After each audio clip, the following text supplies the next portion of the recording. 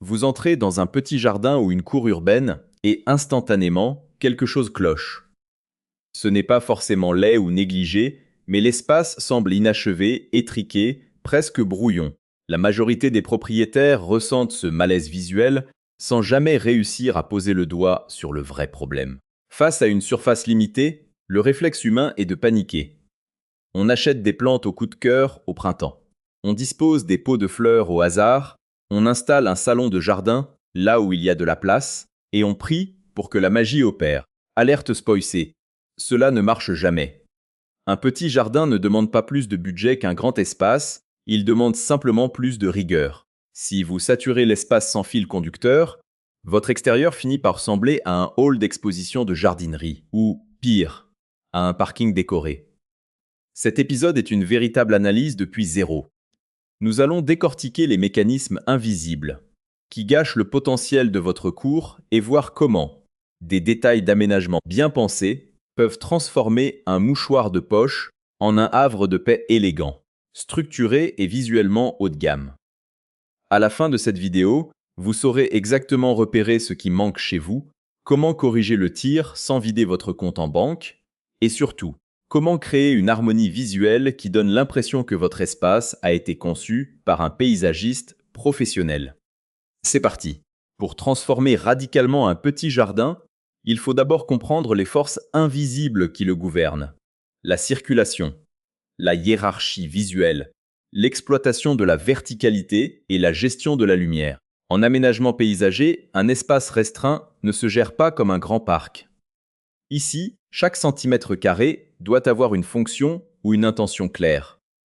La première grande variante d'aménagement concerne la circulation. Nous avons d'un côté le vide spatial, une erreur classique où l'on garde une pelouse centrale totalement libre en pensant agrandir l'espace, et de l'autre, la circulation structurée par un cheminement. Contrairement aux idées reçues, installer une allée ou des pas japonais ne rétrécit pas le jardin. Cela crée un parcours, une colonne vertébrale qui force l'œil à voyager et donne une impression de profondeur immédiate. La deuxième classification repose sur l'organisation des volumes.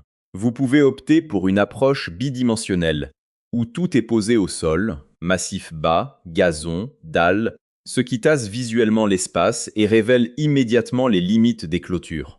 À l'inverse, l'approche tridimensionnelle utilise des structures verticales. Pergola, claustras, câbles tendus pour grimpantes, pour forcer le regard à s'élever. Cela modifie complètement la perception d'une cour urbaine en transformant un simple mur de clôture brute en une véritable paroi végétale vivante. Enfin, il y a la gestion de la temporalité et des ambiances. Un aménagement réussi fait la différence entre un décor de saison, éblouissant en mai mais sinistre en décembre, et un jardin permanent basé sur des végétaux persistants. Des graminées qui captent la lumière d'automne et des écorces graphiques en hiver. À cela s'ajoute la dualité du jour et de la nuit. Trop souvent, on néglige l'éclairage en installant un simple projecteur halogène puissant qui aplatit les reliefs et crée une ambiance de cour de prison. Le secret réside dans le découpage en couches lumineuses. Des balises basses pour la sécurité, des projecteurs orientés vers le haut pour magnifier les textures des arbres ou des murs, et des guinguettes suspendues pour la convivialité. Tous ces facteurs, la lumière, l'échelle, le choix des matériaux et la persistance du décor, forment un écosystème. Si vous combinez du carrelage de terrasse très moderne, avec un fouillis de plantes exotiques gourmandes en entretien, le résultat sera visuellement discordant. L'objectif est de choisir un thème clair et de s'y tenir pour que chaque élément réponde à l'autre. Analysons maintenant ce qui ne va pas visuellement dans la majorité des petits jardins français et pourquoi certaines décisions donnent un aspect bon marché à un espace qui a parfois coûté cher. La première erreur flagrante est l'absence totale de hiérarchie visuelle, ce qu'on appelle le syndrome du bazar de jardinerie. Le propriétaire, voulant bien faire, achète 3 pots en terre cuite, 2 jardinières en plastique gris anthracite, un salon de jardin en résine tressée et une multitude de petites plantes fleuries de taille similaire. Visuellement, tout a le même poids. L'œil saute d'un objet à l'autre sans jamais pouvoir se poser. Le jardin semble encombré, désordonné et paradoxalement beaucoup plus petit qu'il ne l'est en réalité. Pour qu'un aménagement paraisse haut de gamme, il faut un point focal unique, un grand pot en terre cuite artisanale, un arbuste au port architectural comme un érable du Japon ou une fontaine murale discrète. Sans cet ancrage, votre cour reste une collection d'objets et non un espace conçu. La deuxième faute lourde concerne les matériaux et leur vieillissement express. On voit trop souvent des terrasses en bois premier prix ou des dalles de béton mal posées, sans aucune pente de drainage. En France, avec nos hivers humides et nos étés de plus en plus chauds, ces choix se paient cher. Sans une inclinaison minimale d'1 centimètre par mètre, pour évacuer l'eau loin des massifs, l'eau stagne sur la terrasse. Résultat, le bois verdit, les dalles se tachent de mousse noire rétractable, et les plantes installées au pied de la terrasse meurent lentement d'asphyxie racinaire pendant l'hiver. Ce manque d'anticipation technique détruit l'esthétique en moins de 2 saisons.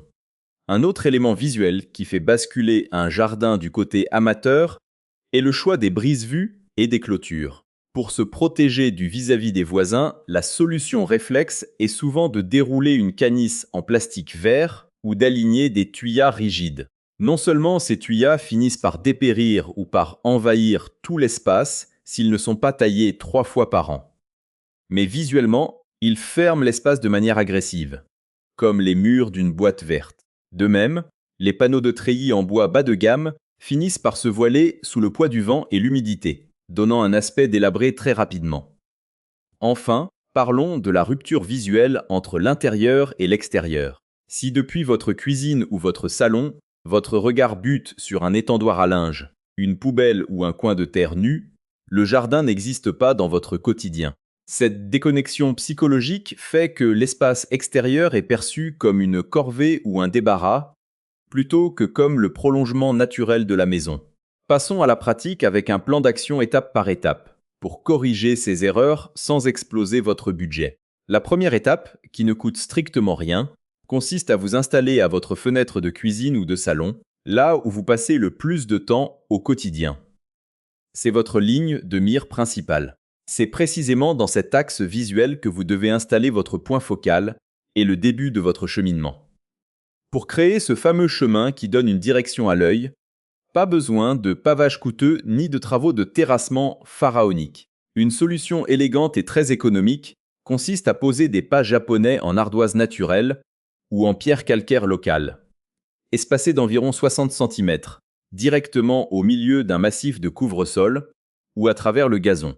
Pour les massifs, abandonnez les plantes annuelles ultra gourmandes en eau et en engrais. Tournez-vous vers un style naturaliste, parfaitement adapté au climat français actuel, soumis aux restrictions d'eau estivale. Associez des graminées comme des stipas ou des miscanthus, qui apportent du mouvement au moindre coup de vent, avec des vivaces robustes comme des lavandes, des sauges némoroses ou des échinacées. Ce type de plantation s'établit en 2 saisons, demande un entretien minimal, une seule taille en fin d'hiver, et s'étoffe d'année en année sans que vous ayez à racheter de nouveaux plants. Pour verticaliser l'espace à moindre coût, oubliez les structures lourdes. Fixez simplement un système de câbles en acier inoxydable tendu en réseau sur votre mur ou votre clôture existante. Installez au pied un lierre persistant à petites feuilles, un jasmin étoilé, Trachelospermum jasminoide, pour son parfum envoûtant tout l'été, ou une clématite. Les câbles disparaîtront sous la végétation en un clin d'œil, transformant un vieux mur en une paroi vivante pour le prix de quelques vis et pitons. Si vous rêvez d'un coin salon, l'erreur classique est d'acheter un énième ensemble de chaises pliantes volantes. À la place, optimisez l'espace en construisant une banquette d'angle intégrée. Vous pouvez la fabriquer vous-même avec des blocs de béton cellulaire enduit ou de simples madriers de bois traité qui serviront à la fois d'assises et de muret de soutènement pour un massif surélevé juste derrière. Cet effet de cocon enveloppant change tout. Concernant l'éclairage, l'erreur fatale est de choisir des ampoules de température différentes. Restez impérativement sur du blanc chaud, autour de 2700 kelvins. Achetez des spots à piquet LED basse consommation en 12 volts, que vous pouvez installer vous-même en toute sécurité, sans faire appel à un électricien. Placez-les au pied de vos plus beaux végétaux pour projeter des ombres douces sur les murs de clôture la nuit. Le seul moment où l'intervention d'un professionnel est chaudement recommandée c'est pour le gros œuvre de terrassement. Ou si votre terrain souffre d'un problème majeur d'infiltration d'eau qui nécessite la pose d'un drain agricole périphérique. Pour tout le reste, de la plantation à la pose de l'éclairage basse tension, l'approche faire soi-même est largement accessible et gratifiante.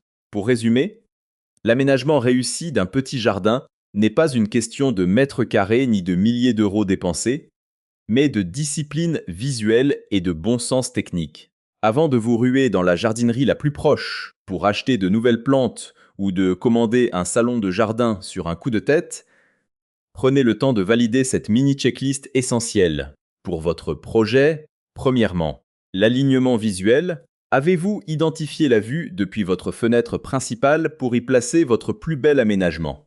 Deuxièmement, le cheminement. Votre jardin possède-t-il une ligne claire, une allée ou des pas japonais qui invitent à la promenade, même sur quelques mètres? Troisièmement, le point focal. Y a-t-il un élément fort unique qui attire le regard et structure l'espace, ou l'œil se perd-il dans un encombrement d'objets équivalents? Quatrièmement, l'exploitation de la verticalité.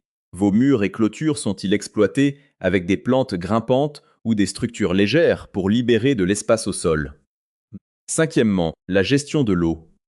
La pente de votre terrasse évacue-t-elle l'eau correctement et vos massifs bénéficient-ils d'un sol bien drainé pour passer l'hiver français sans encombre?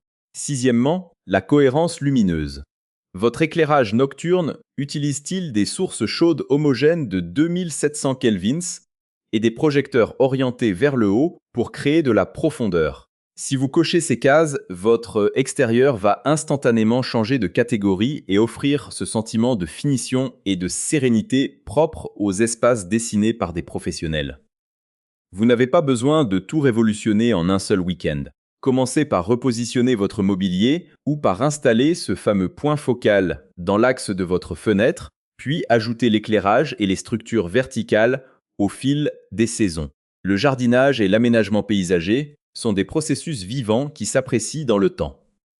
C'est maintenant à vous de jouer.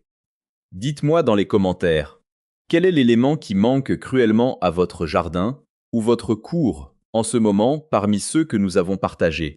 Est-ce l'absence d'une vraie allée, le manque d'intimité ou un éclairage un peu trop blafard le soir? Je lis absolument tous vos messages et j'ai hâte de découvrir vos projets et de vous donner des conseils spécifiques pour vos extérieurs.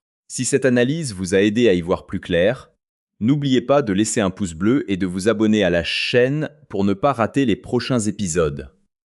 On se retrouve très vite pour transformer ensemble vos espaces extérieurs. À la prochaine!